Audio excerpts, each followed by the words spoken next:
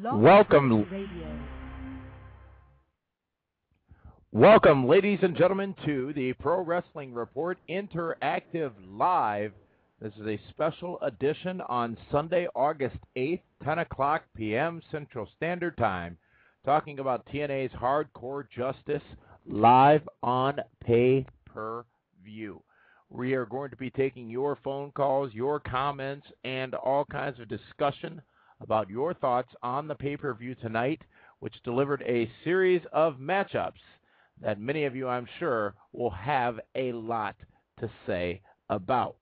We're coming to you here from the Pro Wrestling Report studios, and the PWR Interactive Live episodes come to you every pay-per-view, post-pay-per-view of WWE and TNA Wrestling. We'll be with you again next Sunday, right after WWE SummerSlam as well, giving you all the information and the wrap-up on that. So please be sure to tune in as well. We also have a live chat at our website, which is pwrshow.com, pwrshow.com, where the chatmosphere is going, and we've got all kinds of people in there right now. We'll be going to some of those comments as well. Pro Wrestling Report is also on Twitter. Our Twitter username is PWR Show. We've got a lot of comments from what you have said about this show on Twitter, the show being TNA Hardcore Justice. All right, well, the big news of the show, there were no title matches, really nothing of note from a historical standpoint going forward to discuss, but a lot of surprises, a lot of unannounced people, a lot of people who we didn't necessarily expect to see tonight, but that we did get to see, which I think really added some interesting dimensions to this pay-per-view. Let's go over it match by match. And actually, just before the first match, Taz is announced by the returning ECW ring announcer, Steven DeAngelis. And Taz comes out and really does a good job of setting the stage for the show. Comes out and explains what ECW was, what the passion was of ECW, and again, does a very good job of really setting the stage for anybody who may not necessarily have known what they were getting into. And then Taz joins Mike Tenay on commentary. It's important to note that TNA did go to some great lengths to make the Impact Zone look different for this particular pay-per-view. Quite frankly, they should do it for all of their pay-per-views. Obviously, this one had more thematic elements to it, more of a look that they were going for that was easy to get to, but it really did make the show feel and look more special than it, well, may have been. And we'll see what happens with the next pay-per-view, No Surrender, which is going to be coming from the Impact Zone in Orlando, Florida. The first matchup is the FBI, the Full-Blooded Italians, which features Sal Graciano, Tracy Smothers, Tony Luke, and Guido. They took on Johnny Swinger, Simon Diamond, and Kid Cash. Kid Cash, always been a favorite of mine. Cash and Guido start the matchup. Simon Diamond calls out Cash and says he's the weak link, and he wants a dance-off. So the two teams then participate in a dance-off. And really, I thought this was a very fun match and very, very reminiscent of ECW. Another good start to the show after Taz's opening promo to start TNA's Hardcore Justice, the FBI getting the win in that matchup. And then we saw the first of many retrospective looks at ECW, this time featuring Todd Gordon, Pitbull, and the Blue Meanie. I mean, talking about how much they appreciate TNA's effort and how much they had fun in ECW of old. We then go to the back. Al Snow cuts a promo with Head and says, stop chanting, we're going to get sued, and goes on to mention a lot of potential problems that TNA may have, some of them legit, by the way, from tonight's pay-per-view. However, let's go ahead and squelch that rumor right now. They did not present this, did TNA, they did not present this as an ECW pay-per-view. They clearly presented it as a tribute to a company that has gone by.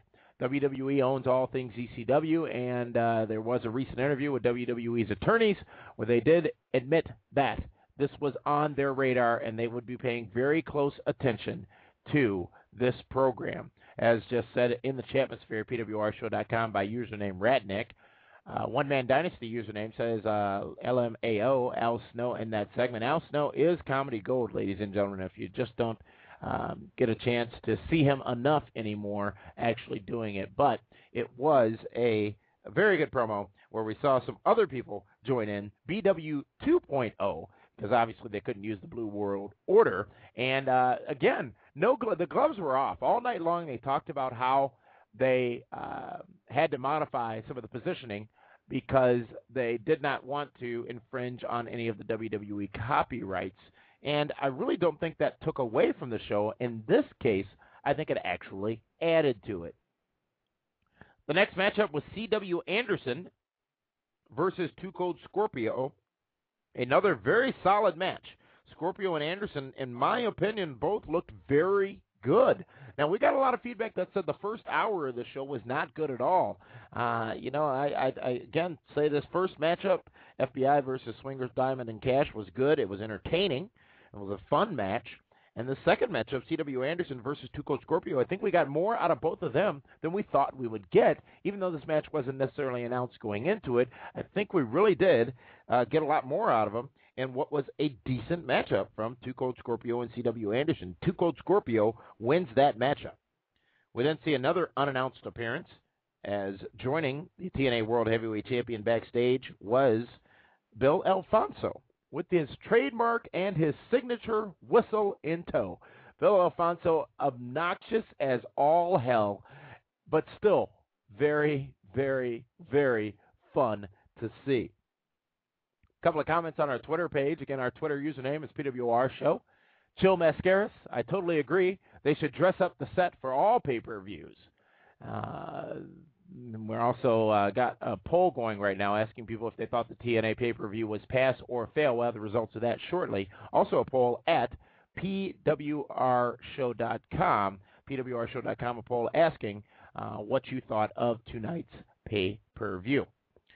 Next matchup was Stevie Richards with Nova and Blue Meanie substitute, because Blue Meanie couldn't make it to the show tonight, going up against PJ Polaco, formerly known as the Portuguese Man of War, Aldo Montoya, formerly known as former ECW champion Justin Credible. Justin Credible looking very good in that matchup, and a matchup that was entertaining and well delivered, one that saw Stevie Richards get the win with the big Stevie kick. Polaco then attacks Stevie after the matchup with a Singapore cane, and I would imagine you could imagine what happened after that, and that was that the Sandman enters, and the Sandman takes issue, of course, with PJ Polaco, attacks him with that Singapore cane, and a little bit awkward at times, actually, in that moment there, and they cut away pretty abruptly, so I'm not sure if that all went as they planned, and then obviously you got to be a little careful when it comes to Sandman. I will say this about the show. Lots of ECW mentions early on by Taz and Tenay. Seemed like they were trying to figure out what they could get away with, and clearly they stopped after the early mentions of that. Atlas Security was in the house. Again, details, vintage, old school ECW stuff. Referees, Mike Keaton, Joe Finnegan, old ECW referees. The fans were rabid. The fans were behind this. The fans were really into this pay-per-view. They were really into the live event down in Orlando, Florida, and they really contributed a lot to the show. A lot of times you'll hear that a wrestling show is either made or broken by how engaged the audience is. Now, it's the audience's responsibility at times to give as much as the talent in the ring are giving, and tonight, they did that. And they did it handedly. We are taking your phone calls. The number 347-996-5278. Again, that number is 347-996-5278. And also the conversation is going on right now in the chatmosphere at pwrshow.com. pwrshow.com. Go to the community link and click on the chatmosphere. Big Hoss says in the chatmosphere, pwrshow.com, They sure as hell didn't present it as a TNA show. How can you say they didn't present it as an ECW show? A question to, I guess, the comment I made earlier.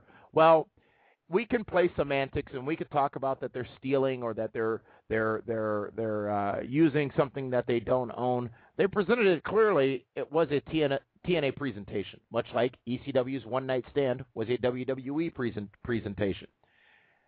Did they go out and say this is ECW's Hardcore Justice? No. Did they imply it? Certainly. But that implication would have come naturally anyways. I'm not defending. I'm just simply saying that it was clearly ECW. All right? The fans chanted ECW all night long, among other things. We'll get to that later. So TNA certainly rode that line. They rode that fine line and really stepped up and pushed the envelope with their potential infringement on WWE's right to ECW. And then keep in mind, guys, if WWE wanted to, I'm sure they could find something to go after TNA on this. But what's the point when you really get down to it? I don't think anybody's going to gain anything from that. So just looking at a couple of our feedbacks from Twitter here. Remember, our Twitter username is PWR Show. Beach Burn Bob says, even though it wasn't the best, it still had a better lineup than what One Night Stand did. Lots of comparisons out there. Lots of comparisons out there to the ECW One Night Stand pay-per-view from WWE from several years ago. And thanks to a user named Ratnick in the Chatmosphere at PWRshow.com, who posted a tweet that he says Chris Jericho sent out, WWE Superstar Jericho. His Twitter username is I Am Jericho. Says, congrats to ECW for riding again one last time. Working there was always about family and defiance. Tonight's show was no different. That allegedly coming across from Chris Jericho on his Twitter page.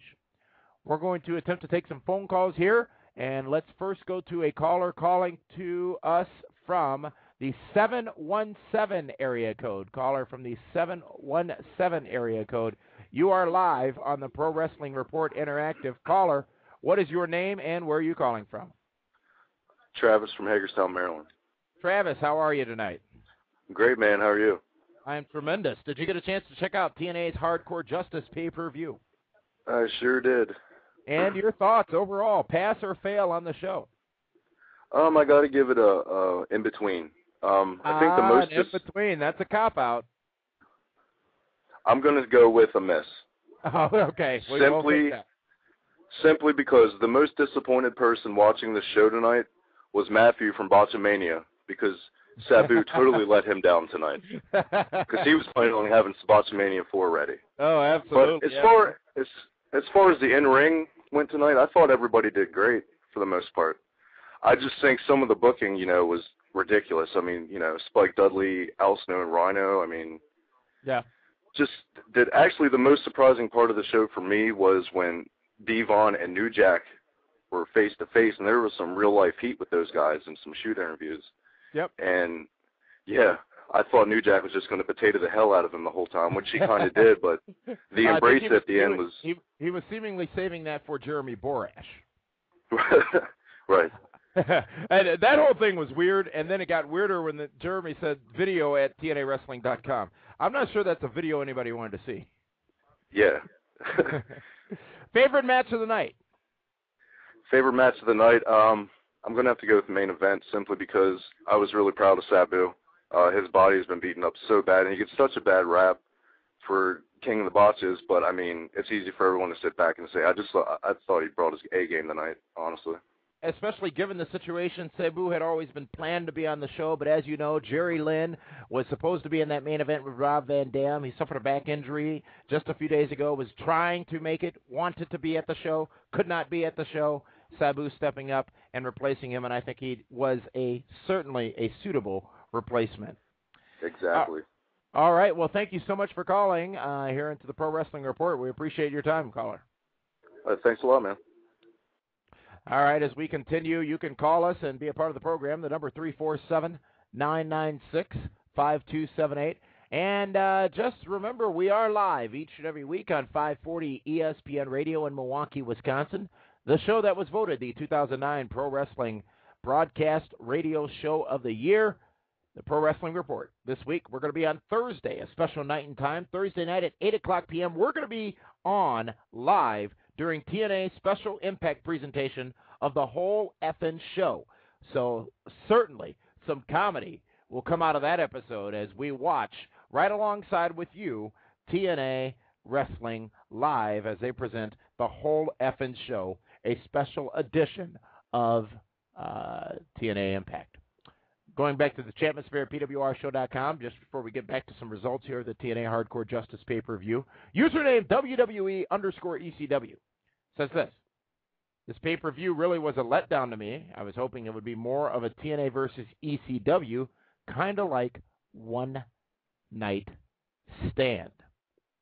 All right, you keep those conversations coming at PWRshow.com in the Chatmosphere. Again, you can call us, the number 347-996-5278. We'll be going to a caller in the 773 area code in just a few moments, so be prepared to speak on TNA Hardcore Justice on pay-per-view tonight. Brother Runt returns to TNA ECW to go into a three-way dance with Al Snow and Rhino. A good outing. Especially I enjoyed the chair play between Runt and Snow. Runt grabs a chair after a ref bump, throws it down, lays down. Ref is to get up, blame it on Al Snow, which would be the obvious thing to do. Rhino was already out. Al Snow flips him off, does the same thing, just lays down, leaving Rhino. Well, that was probably the high point of the match, to be honest with you, as Al Snow is eliminated first, and then it is a gore. You can cube that, I think, on Runt, Brother Runt. Spike Dudley. You know what? I'm just tired of this. Spike Dudley, I'm going to call him. And Rhino wins that three-way dance. It just felt so good hearing. The ring announcer, Steven D'Angelo, say, three-way dance. There was just something, again, screw it, I'm marking out, I don't care. It was just something very nostalgic, fun, exciting, and most importantly,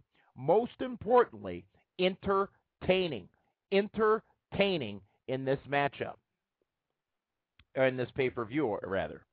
The next one, things got, speaking of entertaining, that certainly was the only goal in this next matchup, as Axel Rotten returns with Balls Mahoney, who went by the name of Cajonas. Obviously, copyright issues. They got to do what they got to do. The best part about that, though, I talked about the fans being so important on this show. The best part about that was the fans chanted "Just Incredible" when PJ Polacco came out. They chanted Balls Mahoney when Cajonas came out. They filled in all the blanks, which was perfect, and that was not your typical TNA crowd there tonight. That was a ECW kind of crowd there tonight, and they were tuned in to pretty much everything that was going on. Again, made it very good. Axel Rotten teaming with Balls Mahoney, going up against the Dudleys. Now, this was the kaboom of the night. This was the best mic work of the entire evening, because we heard what we hadn't heard in oh so long. Well. Joel Gertner returns to live television, returns with a microphone in hand, and simply owns everybody on the microphone. The Lyrical Miracle. Joel Gertner accompanying the Dudleys to the ring. We'll try to get some audio from that and post it on PWRshow.com once it becomes available. It may already be available on TNA Wrestling's YouTube channel, but it is worth a listen. And really, right when Joel Gertner said that and did that, I laughed hysterically, and it was a genuine laugh that I don't recall actually being able to do while watching wrestling in a very, very long time. Kudos to Joel Gertner on that. Bubba then grabs the microphone, says it's going to be a South Philadelphia street fight in Orlando. They're all over what was called the Extreme Zone tonight, and included in this match were lightsabers. I'll repeat that. Included in this match were lightsabers and, of course, the obligatory flaming table. You know what? Not a bad match, guys. We saw the Dudleys win that matchup, and afterwards we saw or heard some relatively familiar music hit and two very familiar people. New Jack and Mustafa come out and they attack the Dudleys afterwards. Yes, they did bring a kitchen sink. They even had a guitar, which Joel Gertner took a vile shot from. And afterwards, as a show of respect, all three of those teams, all six participants, in the middle of the ring, they hug. Now, I heard a lot of Twitter feedback on that saying, oh, that's stupid. Why would they hug? Blah, blah, blah. Well, you know what? I think that added to it. And it was just fun to see and good to see as well. The Dudleys win that match, as I said before. And before we go on to more of the matchups, let's get to some more phone calls. Again, the number, 347-996-5278. And let's go to a caller in the 773 area code. Caller, you are live. What's your name and where are you calling from? Hello, caller. Last four digits, 7311. Hello, you're live. All right, we're going to try that caller again later. Let's go to our caller calling in, the only caller from the 347 area code. You are live on the Pro Wrestling Report, interactive live. Hey, what's going on, Dameon?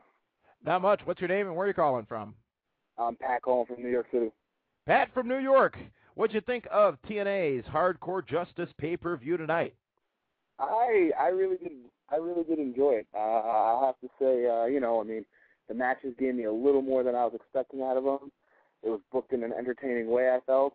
I really did enjoy it. As a former ECW fan, I thought it was well done. So it was more than you expected to get?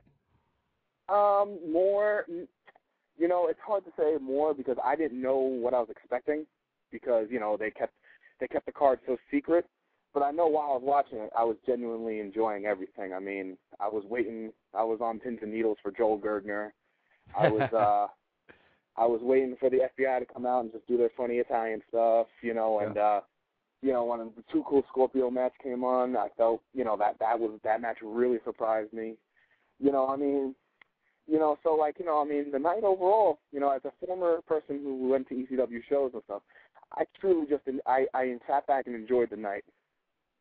And you know what, Pat, I think that's important to say because that's what I did as well. And, we've talked on our ESPN radio shows leading up to this. We've not been very favorable about this show, to be honest with you, because from a business standpoint, I'm not sure how much sense it makes. But that's not for me to care about. But tonight, watching the show, it was entertaining, enjoyable, and more often than not, just fun to watch. And ultimately, isn't that the reason to watch these shows is just to be entertained? I was entertained tonight, and quite frankly, I think it was worth every dime of the $35 for those of us that bought it. Yeah, absolutely. I completely agree. I bought the pay-per-view. I plan on buying the DVD when it comes out. Like I said, in my opinion, if you order this pay-per-view expecting, a ton of what people call five-star matches and stuff, you were ordering it for all the wrong reasons. After I talked to a few people I know and stuff, people who didn't really watch ECW and grew up with the company, they didn't really like it. But as like I said, as somebody who I know, I know I formerly watched it, but I just really enjoyed the show, and it was just, I would have liked to see probably like Super Crazy and Tajiri and a few other guys, but overall, I think they did a very good job. Yeah, but were you missing those guys? What, at the end of the night, was I missing them? No, absolutely not, because I felt like the night was just, I felt like the night went off really well. And I think that's the point to be made. I'll also give credit where credit is due. Taz was very good at telling stories tonight. And what I mean by that is he explained while this was sold as extreme, hardcore, blood, barbed wire, he explained that many of the other things we saw were indeed as important to ECW as that hardcore element. We just talked about the lightsabers. I mean, that stuff's just funny. The dance contest, the Joel Gertner, all that stuff was part of ECW. You saw crazy off-the-wall stuff, and it was okay. Yeah, I do think people kind of oversight that stuff that, like ECW to me, is more than just like the crazy hardcore spots. I mean, Taz speech in the beginning of the night really, like, to me, summed it up. It was about great wrestling. It was about the funny. It was about the things that you will never truly see in any other company. It was about so much more than just, over-the-top extreme wrestling. Indeed. Well, Pat, out in New York, thank you very much for that call. We are going to move right along here, and we're going to go to a caller in the 857 area code. Caller, you are live on the Pro Wrestling Report Interactive. Hey, what's going on? This is Dazzling Awesome Bowman from Boston. Oh, hello, Bowman. How are you, friend? I'm good. How are you? I'm tremendous. What'd you think of TNA's Hardcore Justice on pay-per-view tonight? Fortunately, I didn't get a chance to see it. Uh-oh. Well, maybe it's just me. I'm a fan of a different era of ECW, and it was probably in the period that they were Eastern Championship Wrestling to just about before they lost all their guys. Before when they were talking the Mike Awesome days. Well, I'm talking about no. God, okay. No.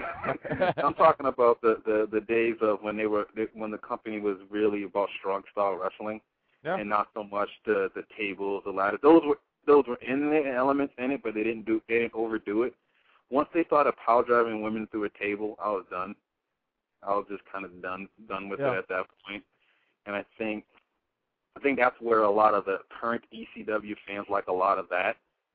And I guess it doesn't resonate with me very well. So it's like I just when this is on, I'm like, I don't really care. Huh. So you don't have any desire to check out the show? I didn't at all. I mean, I've seen this already. I saw this 5 years ago. I can go on. But you know what, Bowman? Let me tell you this: you didn't see tonight's show already. What was here's what a lot of people said going into it. You got all these washed-up has-beens going in and trying to put on wrestling matches and blah blah blah blah blah. Well, if Tommy Dreamer indeed was the one that put, I'm not saying that's what you said, by the way, but if Tommy Dreamer put this together, I think that the show overall was produced well enough to maintain interest and provide entertainment over the 2 hours and 40 minutes or so it aired. Yeah, no, I'm pretty sure it did, and I'm not going into the washed up thing. I mean, like seriously, 2 years ago we just saw Ric Flair retire, and now we see him on TNA Impact on a regular show getting beat up by Jay Lethal and his Bloomer. So, right. I mean, term washed up is just, Yeah. Yeah. But I just, it just like I guess I wasn't that resonant wasn't that big of an ECW fan to care enough to watch the show. I'm pretty sure the show was good, but it just didn't. There was nothing that drew me to try to spend $35 to watch them close the show, put closure to something they already did before. Yeah. Once before again, and that's kind of where I'm like, they did this, so why do we need? Like, I don't understand where all of a sudden ECW gets the right to have some type of closure on their product, and what about WCW has far more of an impact on professional wrestling than ECW ever did. Well, that's arguable, though, Bowman. That's arguable. But WCW doesn't get the closure. Remember, WCW had this NWA route, and a lot of there's a lot of things I think that connect. They challenged Vince McMahon long before ECW ever did, and Vince had a hand in ECW. He had something in there. He had money in there. That was a little bit different, so. All right. Well, Bowman, it's always great talking to you. Thanks for calling into the show. I'm sure we will talk to you again soon. Yes, Let's go now to a caller in the 818 area code. Caller, you are live here on the Pro Wrestling Report Interactive TNA Hardcore Justice live wrap-up show. What's going on, Dameon? It's 9. How you doing, buddy? I'm tremendous. How are you? I'm doing well. Good. First off, you already talked about it, but 2 words for the night, Joel Gertner. I forgot how great he was, to be honest with you. We actually did an interview with Joel Gertner back in 2001-ish. I have to dig that up and try to find it, because he cut a promo actually about the Pro Wrestling Report and did one of his famous lines about the show. Oh, yes, I remembered. It was, "This is Joel. I'm hung like a horse, and this is Wisconsin's #1 source, the Pro Wrestling Report." We're going to have to find that footage. That'll be fun to play again. Dig it out and put it on your YouTube, man. Absolutely. Sorry to cut you off, though. Go ahead. I want to talk about 2 things, actually. Pat on the phone said that he can't wait till the DVD comes out, and when I was watching the show tonight, I was thinking to myself, that the whole show is probably going to be on mute except for commentary, and they can probably just put elevator music over the ECW chants in the background. Yeah, I have no desire to watch the show again. It was fun once. There's no desire to watch it again. And you're right. If they put it out, then they're selling it with all that ECW stuff in it that they could then control, which then poses more of an issue for them potentially. And the last thing I want to talk about before I go, Dameon, and I'm kind of going to ruin the ending here for you, but Tommy Dreamer at the end of the show said, TNA, we raised the bar. How are you going to raise it even higher? And to me, I find that to be the biggest slap in the face. Oh, absolutely. TNA open up their doors to these guys to come in, work the show for free, and they're actually getting paid. They're not putting out money themselves, but they're getting paid, and then to turn around and slap the talent who's pretty much being forced to talk about their memories about ECW and being forced to watch the show. Excellent point. We'll talk about that. Al, thank you for calling and being a part of the program. Here's the thing. I think Tommy Dreamer said one thing and meant something completely different. And you're right. It came off as very, very negative to the TNA guys because basically what he said was, we did better than you could do. Now you got to do better than we did. What I think he meant is we delivered a show, and now we want you to come out and keep delivering. And again, there's not much in between those two statements, but I think we're going to hear more about that over the course of the next few days. Tommy Dreamer's comments at the end of the show. Thanks for that call. We're on a roll with callers here, but before we get to our next caller, which is going to be from the 8410 area code, actually, we'll do that. We'll go to a couple of tweets. Sorry, watching several computer monitors here, 2 chat rooms, our Twitter feed, and also got a couple of your emails we're going to get to in just a moment as well. So we appreciate your patience. But username Diva Lover on Twitter said, as far as the crowd chants, the in-ring action, this pay-per-view was better than the 2005 One Night Stand pay-per-view, and that's the truth.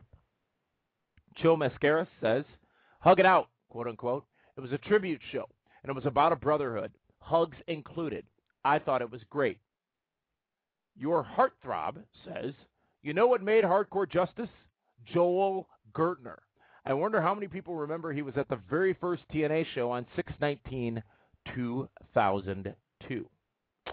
Scuba 2100 says, I thought it was good, however, thought it needed Heyman. If you're going to have ECW ride one more time, you need him.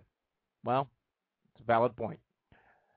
Let's go to our next caller, and we appreciate all of you waiting on hold right now, many of you waiting on hold right now. Our next caller is going to come from the 410 area code. Caller, you're live on the Pro Wrestling Report. Hello? Hello, caller. What's your name and where you're calling from? Yeah, Sonny. I'm calling from Towson, Maryland. All right. What did you think of TNA's Hardcore Justice pay-per-view? I thought it was good. You know what I mean? I really didn't get into the FBI. I didn't like the FBI growing up. They had the little group they had. I thought Johnny the Bull was going to be there.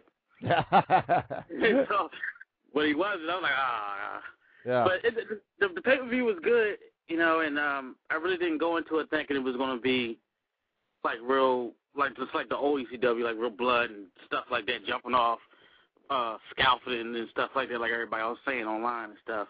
Mm-hmm. But yeah, it definitely was a good pay-per-view, and I think it was worth the $35. Definitely worth the $35. All right. Well, thank you.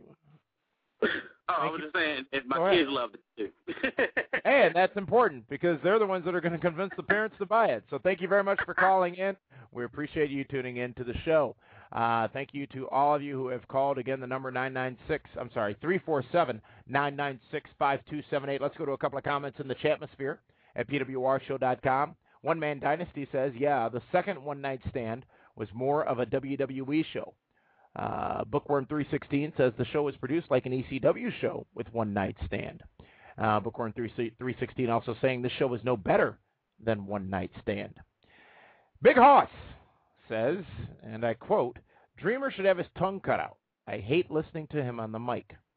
One Man Dynasty, again, saying, yes, that's what he meant. I don't know I shouldn't have read that because I don't know what it was referring to. But anyway, sorry, we're doing this live and reading it live, folks. Well, do it live! Do it live! Let's go to your emails. And Sabu, apparently, trending on Twitter right now. Sabu, trending on Twitter right now. John Cena just started tweeting, and Goldust was tweeting earlier asking what was going on the ECW pay-per-view. One person, very silent tonight, not saying a word on Twitter, Joey Styles. We got an email from Alexander Fitzgerald. Now, keep in mind, we got this email an hour and a half into the pay-per-view. Alexander says this: watching this pay-per-view tonight was very different. It reminded me of what the old ECW looked like with the lighting, and I'm glad to see the old wrestlers of ECW shine one more time, like Too Cold Scorpio. But do you think this pay-per-view was better than or just as good as One Night Stand in 2005 and 2006? I think that 2006's One Night Stand just needs to be written off as not worth discussing. Again, not talking about quality, but the fact that it had ECW's name sort of attached to it doesn't need to have. The 2005 edition, I thought it was good.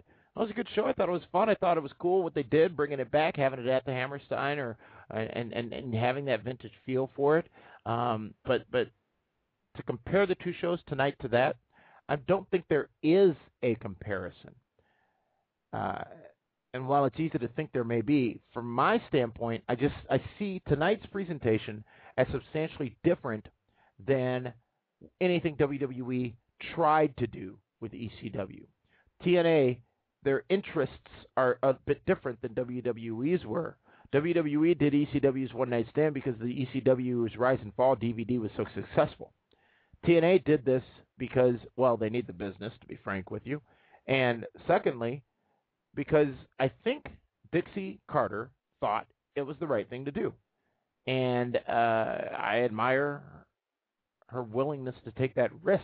And we'll see what happens and how it pays off. And we'll see if there's a spike on this Thursday's edition of Impact on Spike TV. Thanks for that email, Alexander. And remember, we are live this Thursday night during Impact on 540 ESPN, streaming live at pwrshow.com as well. Should be a fun show from the Pro Wrestling Report.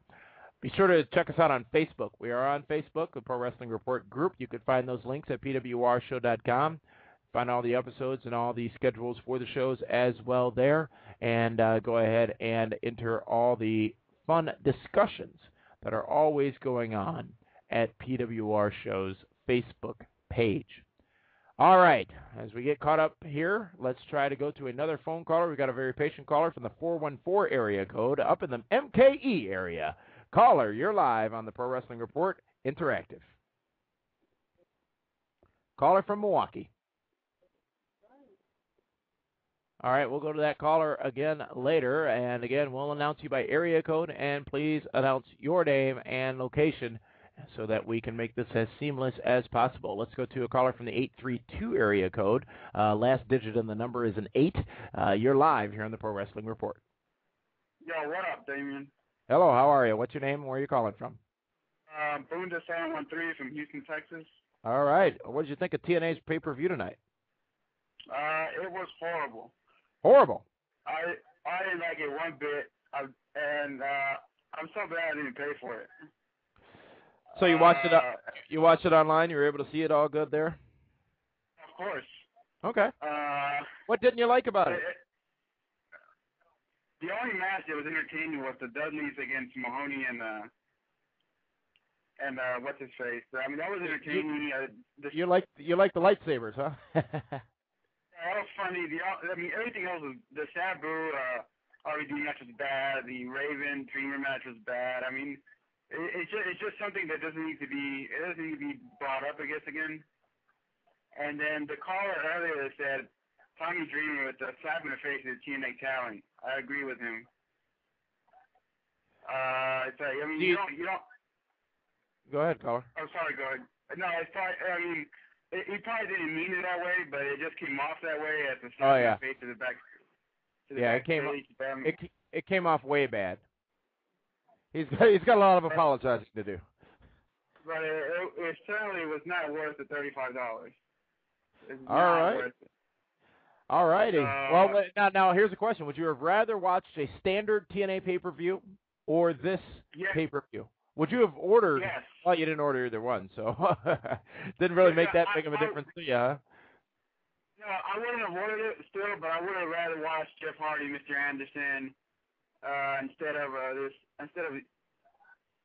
has-beens, as people are saying it has-beens. All right. Well, thank you for that call. Down in Houston, Texas, we're running low on time. We appreciate the call in. Let's go over the final two matches of TNA's Hardcore Justice tonight on pay-per-view. First of which was a heavily hyped match between Raven and Tommy Dreamer. This one was a bit of a bloodbath. Barbed wire spot that they did where Dreamer had barbed wire wrapped around the face and head of Raven. And that was just very, very difficult to watch, but, sort of cool all at the same time. For whatever reason, though, BW 2.0 and Lupus, who apparently was Raven's or is Raven's protege, interferes in the matchup. Mick Foley attacks. The whole thing goes south real fast. It's a mess. Dreamer gets handcuffs. Beulah McGillicuddy, who is Dreamer's wife, enters. A low blows all around. DDT from Raven to Dreamer in the cuffs. Raven kicks out. Raven kicks out, rather. And Dreamer then loses the matchup and still cannot get that win. Over Raven, which goes back years upon years. A couple of Twitter comments. Again, our Twitter username, PWR Show. Scuba2100. Why was Joey Styles not there? Joey Styles is under contract and is an employee of WWE. Chill Mascaris. Can we not all agree it was better than we thought it would be? TNA's Hardcore Justice is what he's talking about there. Final matchup of the night was RVD versus Sabu. Again, going into it, it was going to be RVD versus Jerry Lynn. Jerry Lynn injured, not able to participate. This was a typical match from these two. Sabu was all over the place. RVD was all over the place. When I say typical match from these two, I don't mean anything bad by that. It was not a bad thing at all. Not a bad thing at all. Well done matchup. A good match, an entertaining match, a match that saw RVD win it against Sabu. Sabu without his locks. Sabu with a Dameon Nelson style haircut tonight at the pay-per-view. After the matchup, the locker room clears, and as we talked about earlier, Tommy Dreamer had some interesting things to say, basically all summed up with two words, thank you. Dixie Carter in the ring with a beer, brought into the ring by Brother Ray, Bubba Ray Dudley. And you know what? Again, overall, I give the show a pass. We asked you out in the Twitterverse what you thought, and actually it's funny. It's pretty much along the lines of all the feedback we've gotten on this pay-per-view. Half and half. 50% said it passed. 50% said it failed. A lot more discussion on this, obviously, coming up this Thursday night on the Pro Wrestling Report radio show on 540 ESPN. And if you didn't get a chance, we appreciate those of you on hold. Unfortunately, we're out of time. We can't take any more callers. Didn't get a chance to call in. You can always call us during our ESPN radio show. That number, 800-990-ESPN, 1-800-990-ESPN. If you do nothing else, go to the Pro Wrestling Report website, pwrshow.com. Check out this week's vintage video. Talk live during wrestling in the Chatmosphere. And also, check out all the latest professional wrestling news and information. We'll end the show with one more email that we got. This email came from a person by the name of Matt from Ontario, Canada. I was just wondering what you would have changed about tonight's pay-per-view so that it may have been considered acceptable, quote-unquote. I sum it up by saying a water break. Enough said. Well, Matt, I would tend to disagree with you on that one. As I said, I think this pay-per-view was a pass. It was much better than I expected it to be, and at the end of the day, it was entertaining for me. It was very, very entertaining for me. So, whether ECW deserved that send-off or not, whether TNA made the right business decision or not, for this night, at this time, I will say that it was a good wrestling broadcast. Not for the wrestling, it's per se. For the overall entertainment value, I was entertained. I felt I got my money's worth. I thought it was a good show. And yes, I'm eating crow because I said for weeks on our radio show that this was not a good idea. This show was doing nothing for me. Over the last 36 hours, I started to get much more interested and intrigued by the show. And tonight, I think this show delivered. Thank you to the hundreds of you that joined the chat room at pwrshow.com and the chat room here on Blog Talk Radio. And we also thank you for making us one of the top wrestling broadcasts on Blog Talk Radio. For the Pro Wrestling Report team, which will be with you again Thursday, this is Dameon Nelson saying so long.